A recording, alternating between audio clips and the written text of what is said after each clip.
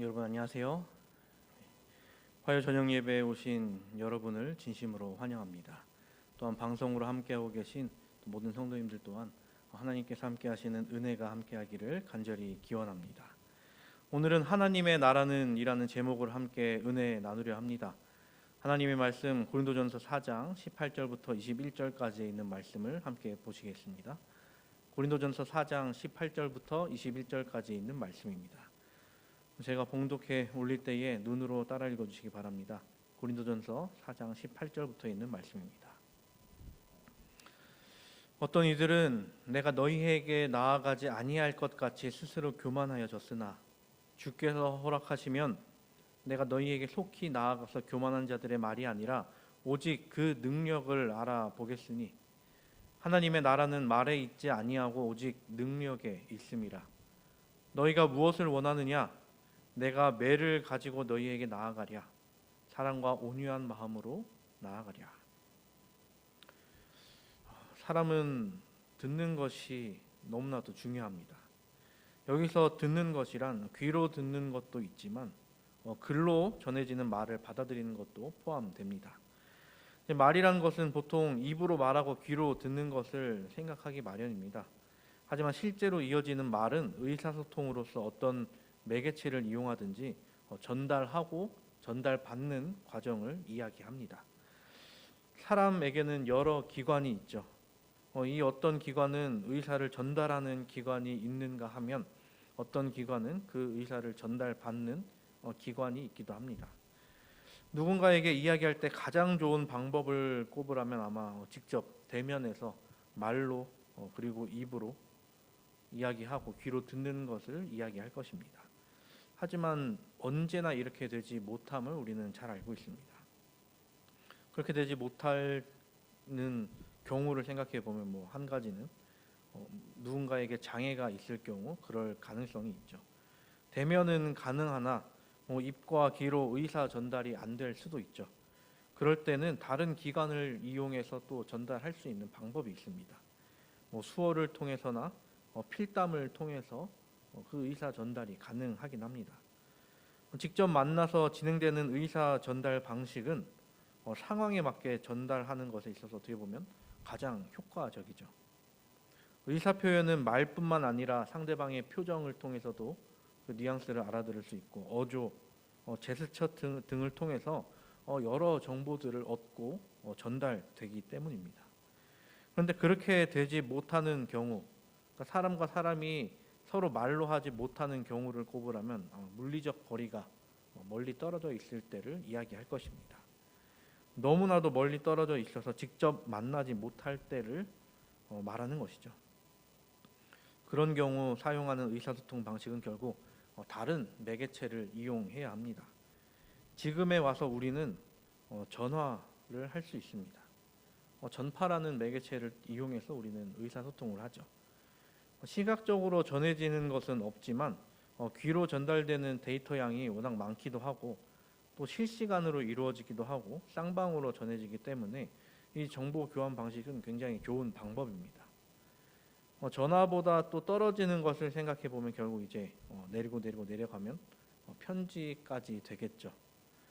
글로 써서 의사를 전달하는 방식은 우리가 잘 생각해 보면 상당히 비효율적입니다.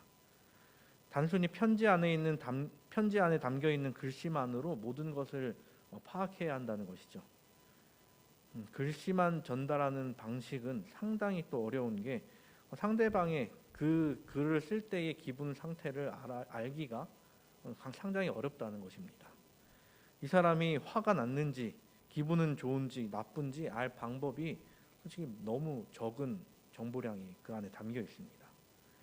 글에다가 내가 화났다라고 써놓든지 아니면 종이가 찢어질 만큼 글씨를 세게 써서 보냈다거나 하면 모르겠지만 그마저도 눈치채지 못하는 경우가 허다하다는 것입니다. 그래서 편지가 아닌 지금 실시간으로 우리는 카카오톡을 주고받고 있는데 이모티콘이나 키읔이나 히읗 같은 이런 거를 붙이지 않으면 젊은 세대에서는 화났냐고 물어보기도 한다는 것입니다. 전혀 화가 나지 않고 그냥 그 키읔이나 히읗 하나를 안 붙였을 뿐인데 왜 이렇게 딱딱하게 구느냐라는 것이죠. 그런데도 바울이 기어이 편지를 써서 고린도 교회 교인들에게 이것을 전달하는 이유는 무엇이었을까요? 그 이유는 바로 그들에게 무엇이라도 필요했기 때문이었습니다. 만약 이 충고, 바울이 전하는 이 메시지가 그들에게 잔소리로 들릴지언정 그들에게는 분명히 전해져야 할 메시지가 있었다는 것이죠. 그 메시지를 오늘 이야기하는 메시지는 바로 그들이 모르는 것에 대하여입니다. 그 모르는 것은 바로 자기 자신이었습니다. 사람들은 자신이 교만하다라고 쉽게 생각하지 못합니다. 이에 대해서 말을 해주지 않으면 당연히 모르고, 때에 따라서 말을 해주더라도 나는 그렇지 않은데라고 부인해버리는 경우가 있다는 것이죠. 그렇다고 해서 사람이 스스로 교만해지려 마음먹고 교만해지는 사람은 별로 없을 것입니다. 어쩌다 보니 그렇게 됐을 뿐이죠. 그 정도의 차이가 어느 정도 있을 것이나 사람 마음속에 교만이 어느 정도 자리 잡고 있었다는 것입니다. 또 그렇게 행동할 수 있지만, 교만된 행동을 할 수 있지만 스스로 알아차리는 것 역시 쉽지 않다는 것이죠. 그렇다고 해서 우리가 좌절할 필요가 있을까요? 아닙니다. 우리가 정말 돌이킬 수 없을 정도로 깊게 빠져들어간 것이 아니라면 그곳에서 헤어나올 수 있는 가능성은 열려 있습니다. 그런데 그 내 자신이 교만하다라는 것을 스스로 알아차리지 못한다면 어떻게 해야 하는가라는 것입니다. 그것은 바로 누군가가 이에 대해서 알려주고 돌이킬 수 있도록 해줘야 한다는 것이죠. 그 대상은 보통 그에게 있어서 가장 가까운 사람이 되기 마련일 것입니다. 보통은 부모나 가족 아니면 그에게 있어서 특히 신뢰할 만한 어떤 사람일 것입니다. 그런 사람이 누군가가 분명히 충고를 해줘야 한다는 것이죠. 다른 사람의 충고 혹은 조언을 듣지 않는다면 그는 교만과 이기심에서 헤어나오지 못할 것입니다. 이것은 누가 되었든 간에 말입니다. 그래서 역사적으로 봤을 때 지혜로운 왕들은 꼭 자신 곁에 조언해 줄 만한 신하나 벗을 꼭 두었습니다. 왕인 자신을 신처럼 대하는 것이 아닌 또 다른 한 사람으로서 인격체로서 보고 그에게 조언하는 지혜로운 사람이 많으면 많을수록 그때가 그 나라의 황금기가 되고 부흥기가 됩니다. 우리나라 역사 중 황금기 시절을 여럿 꼽아 보자면 그때의 왕이 보통 주목받지만 그 왕과 함께 있던 충직한 신하들이 또 여럿 있었다는 것을 우리는 잘 알고 있습니다. 신라가 사만 통일을 이루어낼 수 있도록 초석을 다진 왕을 꼽자면 그 왕을 신라에서 가장 유명한 왕인 무열왕 김춘추를 사람들이 뽑습니다.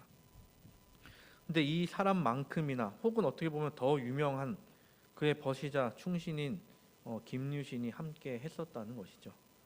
김춘추와 김유신은 백제의 침략을 몇 번이고 막아냈을 뿐 아니라 사만 통일을 이루는데 큰 기초를 마련해 놨습니다. 그 이후로 시대를 가면 고려가 세워질 때 태조 왕건을 도운 인물들이 상당히 많았죠. 조선 시대에 와서도 몇 번의 황금기가 있었습니다. 세종대왕 때에는 정말 많은 인재들이 그 왕과 함께했습니다. 집현전 학자들은 물론이고 군사적으로는 김종서 장군이 있었고 장영실 등 많은 사람들이 있었습니다.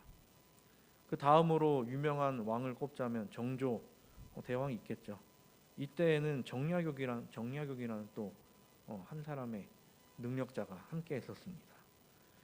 왕이 조언하는 사람의 말을 듣지 않고 독단적으로 계속 일해 간다면 그 사람에 대해 이후 사람들은 폭군이라고 평가할 것입니다. 사람은 누구나 들어야 합니다. 고린도 교회 사람들이 그러했고 현대를 살아가는 우리 또한 마찬가지입니다. 고린도 교회 교인들에게 조언해 줄 만한 사람은 어떻게 보면 바울뿐이었습니다. 그는 그들에게 영적 아버지였고 그들과 한 형제였습니다. 또 그들의 믿음의 선배였고 그들만큼이나 율법에 박식한 선생님이었죠. 그뿐 아니라 그들이 거듭날 수 있도록 항상 그들을 위해 인도자를 자처하는 사람이 이 바울이었습니다. 그들에게 있어서 너무나도 신뢰할 만한 사람이기에 바울은 그들에게 충분히 충고할 만한 위치에 있던 사람이라는 것이죠. 그리고 바울은 그들에게 편지를 썼던 이유는 그들이 이 편지를 보고 이 편지를 받아들임으로 인해서 언제나 돌이킬 수 있는 자들임을 믿었기 때문에 그들이 돌아올 수 있도록 편지를 열심히 썼던 것이죠. 고인물은 썩는다라고 이야기하죠.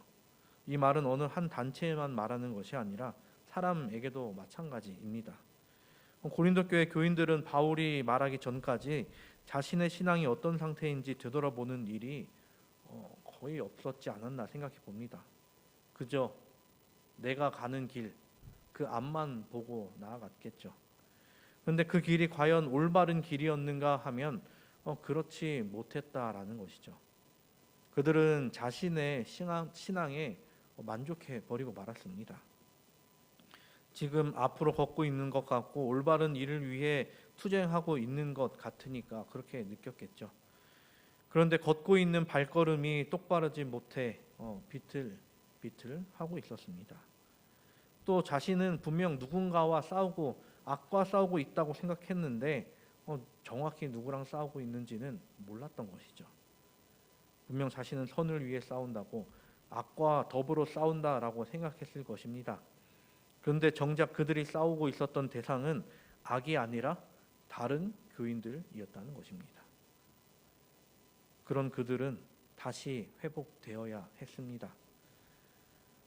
같은 유리라 할지라도 거울을 바라보면 자기 자신밖에 보이지 않죠. 그런데 창문을 통해 바라보면 밖에 있는 다른 누군가를 보게 됩니다. 또 가만히 있다 보면 가장 많이 보는 것은 아마 자기 자신일 것입니다. 하지만 계속해서 밖으로 나가 움직이다 보면 자기 자신은 보이지 않게 되죠. 우리가 주의 종이 되었으니 나를 보기보다 주의 영혼을 위해 일하는 우리가 되기를 바랍니다. 주께서 영혼을 찾으러 이곳 저곳 쉬지 않고 돌아다니셨듯이 우리도 영혼을 찾기 위해 밖으로 나아가는 우리가 되기를 간절히 바랍니다. 나만 보이는 삶에서 벗어나 예수 그리스도가 보이고 그가 예수님이 보는 그 영혼이 보이는 삶을 통해 언제나 새롭게 됨을 경험하는 우리가 되기를 간절히 바랍니다. 바울은 고린도 교회 교인들에게 있어서 아버지와 같은 존재, 가장 신뢰할 만한 존재라고 말씀을 드렸습니다.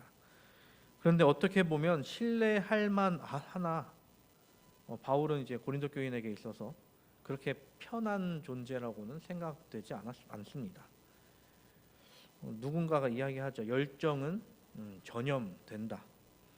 근데 그 열정을 가진 사람이 너무나도 뜨거우면 또 이게 쉽지 않다는 것이죠. 그리고 누군가는 이게 불이 좀 늦게 붙을 수도 있는데 계속해서 이렇게 불을 지피려고 하면 좀 힘든 사람이 있을 수도 있죠. 바울은 사람들을 독려하고 활기를 불어넣는 사람이기에 사람들이 멈추지 않게 어떻게 보면 엉덩이를 걷어차는 사람이 아니었을까. 그러면 당연히 누군가에게는 불편함이 느껴질 수도 있었을 것 같습니다. 또 바울은 누군가가 잘못하고 있으면 잘못했다라고 진실되게 얘기했겠죠. 또 누군가가 나태해 보이면 이것을 가만두지 않았을 것 같습니다. 이런 말을 들으면 좀 천천히 움직이는 사람, 좀 늦게 시동이 걸리는 사람은 좀 불편하게 생각됐을 수도 있습니다. 또 너무 솔직한 사람은 조금 부담을 느끼기도 하죠. 그런데 바울의 마음가짐은 전혀 틀리지 않았다라는 것이죠. 그래서 지금 교만한 상태에 빠진 고린도 교회의 교인들에게 너희 지금 교만하다라고 일침을 놓는 것은 지적을 하고 있는 것이 아니라 그들이 올바른 길을 가도록 지도하고 있는 것으로 우리가 봐야 하는 것이죠. 그리고 앞서 솔직한 사람은 불편할 수 있다라고 했는데 한결같이 솔직한 사람은 분명 신뢰할 만한 것이죠. 또 자신이 하는 말과 행동이 일치하는 그 언행 일치가 이루어지는 사람은 또 무조건 신뢰할 만하죠. 그래서 지난주에 이야기했던 바울이 자신을 본받으라라는 말도 충분히 이해할 만한 상황인 것입니다. 자신이 교인들에게 권면하는 내용을 그는 실제 삶에서 보여주고 있었기 때문이었습니다. 그렇기에 바울은 끊임없이 그들이 바른 길을 가도록 충고해주고 있는 것이죠. 바울은 그의 편지 19절에 이렇게 이야기합니다. 주께서 허락하시면 내가 너희에게 속히 나아가서 교만한 자들의 말이 아니라 오직 그 능력을 알아보겠으니, 내가 가능하다면 지금 너희에게 가고 싶다라고 표현을 하고 있습니다. 근데 여기서 우리가 봐야 할 것은 바울은 가고 싶다고 그냥 가는 사람이 아니었음을 우리가 볼 수 있는 것이죠. 바울이 가장 우선시했던 것이 무엇이었습니까? 하나님의 뜻이었습니다. 그렇기에 바울은 주께서 허락하시면이라는 표현을 앞에 두고 있죠. 내가 지금 당장 너희들에게 가서 직접 이야기해 주고 싶지만 하나님께서 나를 그곳으로 보내시지 않으면 내가 편지로 대신 할 수밖에 없다는 이야기를 하고 있는 것입니다. 바울은 언제든 어디로든 갈 준비가 되어 있는 사람이었습니다. 마치 이스라엘 백성들이 잘 훈련되어서 구름 기둥과 불 기둥이 움직이기 시작하면 지금 있던 수경지를 다 걷어서 그 구름 기둥을 따라갔던 것처럼 말입니다. 바울은 그런데 자기 뜻을 위해 하나님의 뜻을 무시하는, 관철시키는 사람이 아니었습니다. 나의 뜻보다 하나님의 뜻을 우선시했다는 것은 그는 절대 이기적이거나 교만한 사람이 아니었음을 우리가 알아볼 수 있는 것이죠. 어떻게 보면 고린도 교회의 교인들만 바울을 본받아야 하는 것이 아니라 그리스도인 모두가 바울을 본받아야 하는 것이죠. 하나님께서 어떤 사람에게 대해서는 한 교회에 계속 머물도록 하기도 하십니다. 또 어떤 사람은 한 교회에 있으나 계속해서 다른 직책을 맡기시기도 합니다. 또 어떤 사람은 여러 교회를 방문토록 하게 하시기도 하시죠. 근데 이 모든 것이 하나님의 계획 가운데 일어나는 일이라면 우리는 이 일에 순응해야 할 필요가 있다라는 것입니다. 만약 이 일을 시작했더라도 하나님께서 막으시면 그 일을 거둬들이는 일도 포함되겠죠. 바울은 스페인에 그렇게 가고 싶어 했습니다. 그리고 그 스페인을 가기 위해 많은 계획을 했지만 하나님께서 그를 막으시는 것을 알고 그는 그곳에 가는 것을, 발걸음을 멈추었습니다. 그리고 하나님께서 보내신 곳을 향해 나아갔죠. 바울은 그런 모습을 우리에게 보입니다. 또 이어서 바울이 우리에게 전하는 것은 그들에게 능력에 관해 이야기를 하죠. 여기서 이야기하는 능력이란 진리가 가진 능력을 이야기합니다.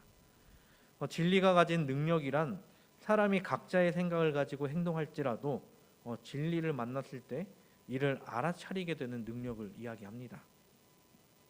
그런데 거기서 나뉘는 것은 진리의 능력을 알아차렸을 때 이 능력을 받아들이느냐 아니면 이 능력을 거부하느냐에 달려 있는 것이죠. 고린도 교회의 교인들은 이미 이 진리의 능력을 한 번씩 맛본 사람들이었습니다. 그뿐 아니라 진리의 능력을 이미 받아들였던 사람이기도 하고요.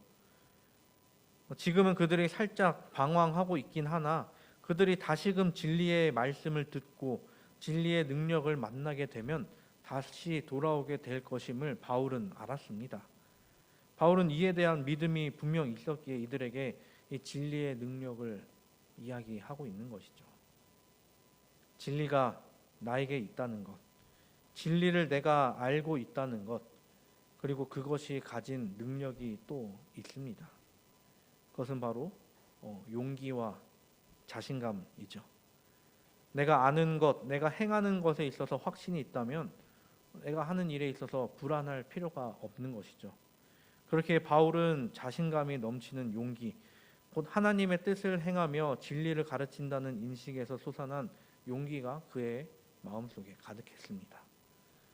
이것이 예수 그리스도의 복음을 전하는 자들이 지녀야 할 확신과 담대함인 것이죠. 근데 이러한 진리의 능력은 어떤 특별한 사람에게만 주어지는 것이 아니라는 것입니다. 진리를 받아들인 사람들, 진리를 가진 사람들, 그리고 진리를 확신하는 사람들 모두에게 주어지는 것입니다. 이 능력은 또 우리 안에만 있는 것이 아니라 우리 삶 속에서 보여질 수 있고 또 다른 사람에게 그 능력이 전달되기도 한다는 것입니다. 이 모든 것들은 우리에게도 마찬가지로 이루어질 수 있는 것이죠. 우리가 복음 전하는 일이 어려운 것은 어쩌면 진리를 완전히 믿지 못하기 때문이지 않을까 생각해 보기도 합니다. 물론 우리의 성격이 부끄러움을 많이 타기 때문일 수도 혹은 언변이 뛰어나지 않을 수도 있긴 합니다. 하지만 성격과 언변이 부족하더라도 복음을 전할 수 있음을 우리가 함께 이야기를 나눈 적이 있습니다. 진리를 온전히 믿으신다면 진리의 능력 또한 온전히 믿어보시기를 바랍니다. 진리가 우리에게 주는 용기를 가지고 나아가 다른 사람의 마음속에 심겨지는 것을 경험하는 우리 모두가 되기를 간절히 바랍니다. 진리로서 주께서 우리에게 주신 사역을 다하는 우리 모두가 되기를 간절히 바랍니다. 바울은 이어서 하나님의 나라에 대해서 이렇게 이야기합니다. 20절입니다. 하나님의 나라는 말에 있지 아니하고 오직 능력에 있습니다. 여러분, 하나님의 나라는 어디에 있을까요? 보통은 하나님의 나라라고 하면 하늘에 있을 것으로 생각합니다. 물론 그 말이 완전 틀렸다라고 볼 수는 없죠. 하늘에 하나님의 왕국이 물리적으로 있기 때문이죠. 그런데 하나님의 나라는 하늘에만 국한된 것, 하늘에만 존재하는 것이 아닙니다. 그렇다면 그 하나님의 나라는 또 어디에 있을까요? 그것은 바로 우리가 서 있는 이곳이 바로 하나님의 나라입니다.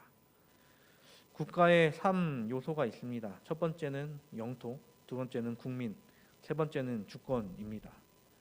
대한민국이라는 이 국가는, 그리고 이 국가의 영토는 헌법에 명시되어 있죠. 헌법 제3조에 대한민국의 영토는 한반도와 그 부속 도서로 한다. 그래서 북한도 대한민국이지만 권리와 의무 이행은 못하는 상황이긴 합니다. 그리고 국민에 대해서는 대한민국의 국적을 가진 사람들을 이야기하죠.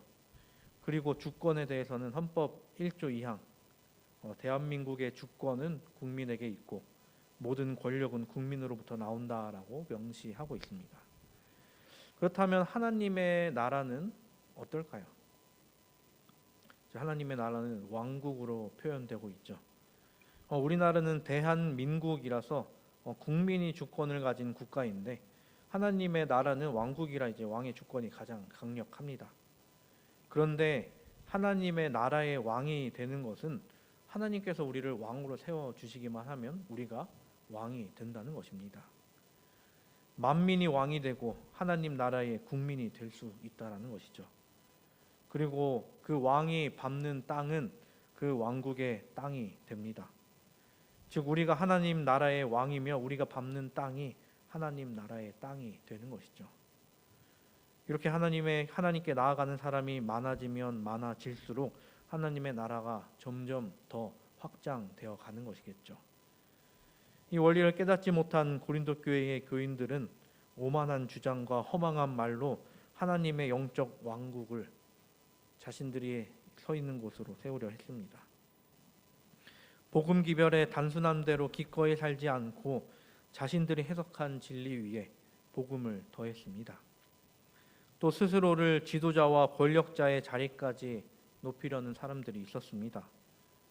그리고 그들은 자신들의 말에 권위를 담으려 했습니다. 그런데 하나님으로부터 부여받은 권위는 말로 나타나는 권위가 아니라는 것이죠. 말과 행동이 일치할 때, 하나님의 복음과 일치할 때 나타나는 것이죠. 바울은 이에 대해 알았고 하나님의 권위가 나타나는 삶을 살았습니다. 사랑하는 우리 성도 여러분, 우리에게도 하나님의 권위가 나타날 수 있습니다. 우리가 하나님의 영적 왕국의 왕으로서 하나님의 권위를, 능력을 나타내는 삶을 살 수 있습니다. 왕은 왕처럼 살아야 하죠. 자신에게 주어진 능력을 그에 합당하게 사용하며 살아야 합니다. 고린도 교인들은 자신들에게 주어진 것을 알지 못함으로 자신에게 주어진 능력을 바르게 나타내 보이지 못하고 있었습니다. 그때의 일이 지금 반복되지 않도록 나 자신을 살피는 삶을 살게 되기를 간절히 바랍니다. 또한 나에게 들려오는 권면의 이야기를 그저 흘려 넘기는 것이 아니라 나 자신을 되돌아보는 계기를 만들어 내가 나아가는 길이 바른 길로 되도록, 그리고 나의 발걸음이 똑바른 발걸음이 되도록 그렇게 살피는 우리 모두가 되기를 간절히 바랍니다.